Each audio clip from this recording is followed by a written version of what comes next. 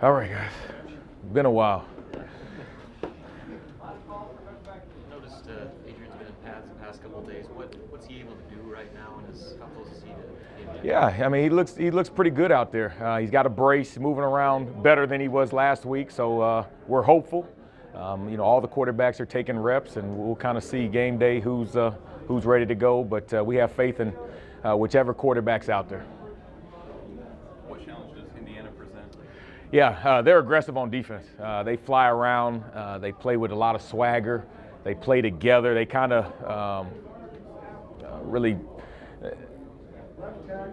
symbolize their head coach, who's a defensive-minded guy, and so they're flying around, play with a lot of passion.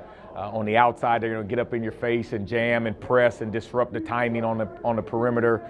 Inside guys, they're stout. It might be one of the most stout defensive line groups we have played this year. So we've got to test up front with the O-line, and their linebackers run well, very athletic. A lot of kids from Florida, and they play fast and very aggressive. So we got our hands full. Coach was talking about over the bye week, just kind of establishing a physical identity. Yeah. Lots of inside zone, just kind of keeping it back to Yeah, basics. yeah. How much of that was just kind of getting back to establishing that part of the offense? Yeah, we need to get back to basics. In this league, you got to be physical. You got to be physical both sides of the ball at every position. And in this game, it's going to come down to which offense is the most physical. And on the perimeter, we got to be able to block their safeties, who they get down in the box. Up front, we got to be able to block their defensive linemen. So we want to do a lot of good on good. R1's offense versus R1's defense, and get after it. And there wasn't no mystery of what we're going to do. We're going to run the ball inside, and you're either going to stop us or we're going to dominate you up front. And so it was a good couple days of practice. We got healthy for the most part and refreshed. That was another goal of the bye week, was make sure that we got healthy, refreshed for these next two games, and we did that. So very excited about where we are going into Saturday. What are the challenges to personnel management when you're down a couple guys here and there, whether it be the injury or not being with the team? Yeah.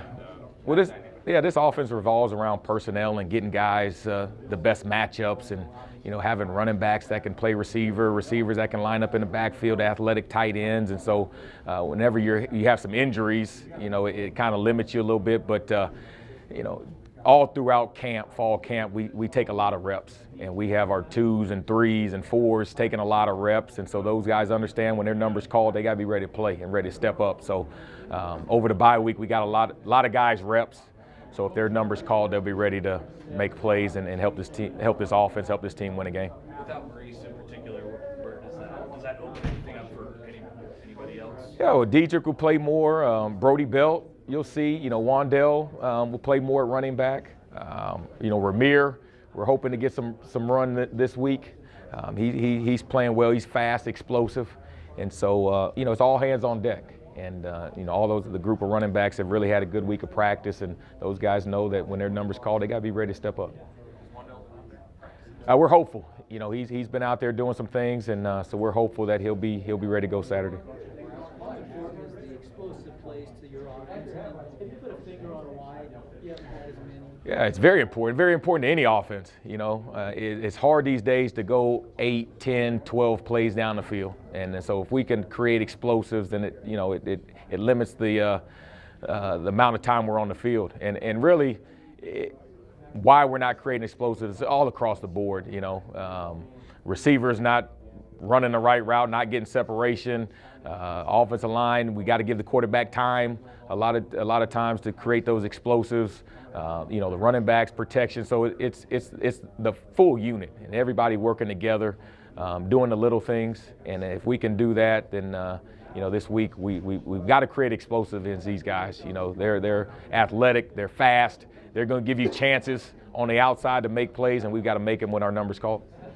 Do you think you got to move far away in this bye week to be able to maybe address some? Did we do what?